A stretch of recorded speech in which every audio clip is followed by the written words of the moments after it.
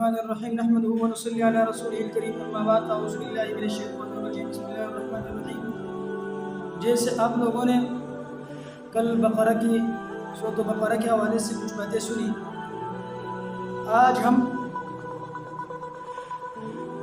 الذین یؤمنون بالغیب ویقیمون الصلاة ومما رزقناهم ينفقون والذین یؤمنون بما انزل الیک وما انزل من قبلک وبالآخرۃ هم یوقنون۔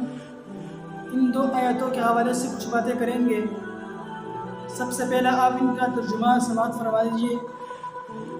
الذین یؤمنون بالغیب، جو لوگ غیب پر ایمان لاتے ہیں، ویقیمون الصلاۃ، اور نماز قائم کرتے ہیں، ومما رزقناهم ينفقون، اور ہمارے دیے ہوئے مال سے خرچ کرتے ہیں۔ والذین یؤمنون، وہ جو لوگ ایمان لاتے ہیں اس پر جو آپ کی طرف اتارا گیا، وما انزل من قبلک، اور جو آپ سے پہلا اتارا گیا، وبالآخرۃ هم یوقنون، اور وہ آخرت پر یقین رکھتے ہیں۔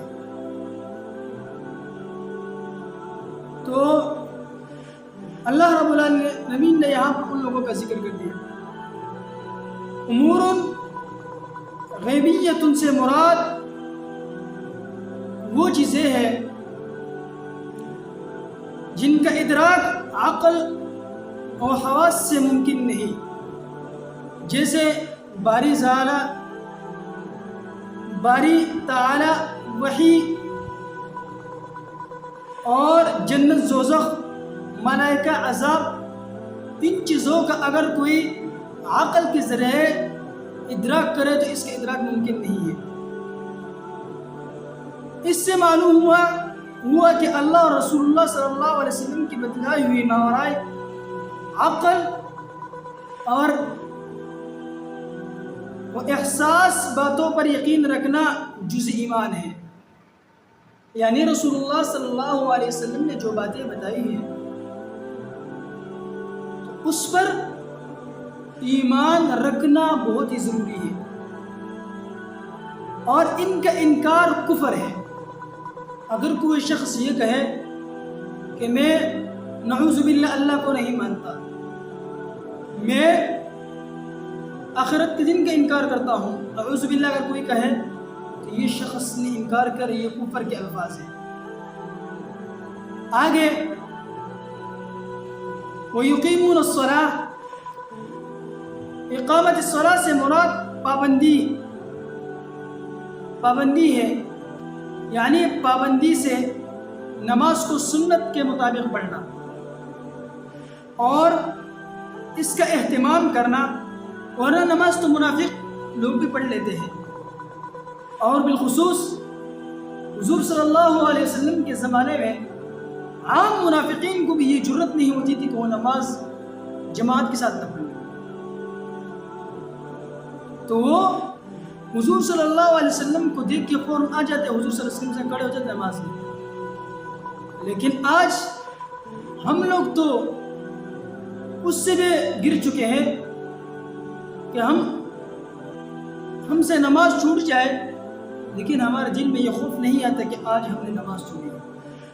تو ہمیں چاہیے کہ ہم نماز کا بہت اہتمام کریں۔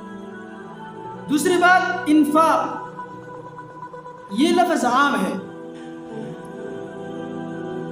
جو صدقات واجبہ اور نافلہ دونوں کو شامل ہے۔ اہل ایمان حسب استطاعت دونوں میں کوتاہی نہیں کرتے، بلکہ ماں باپ، اہل عیال پر صحیح طریقے سے خرچ کرنا بھی اس میں داخل ہے۔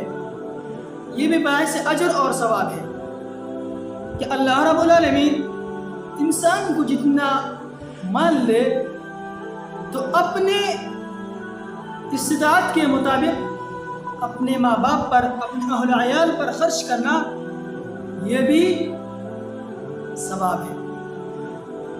یہ نہ ہو کہ فضول خرچی کرے۔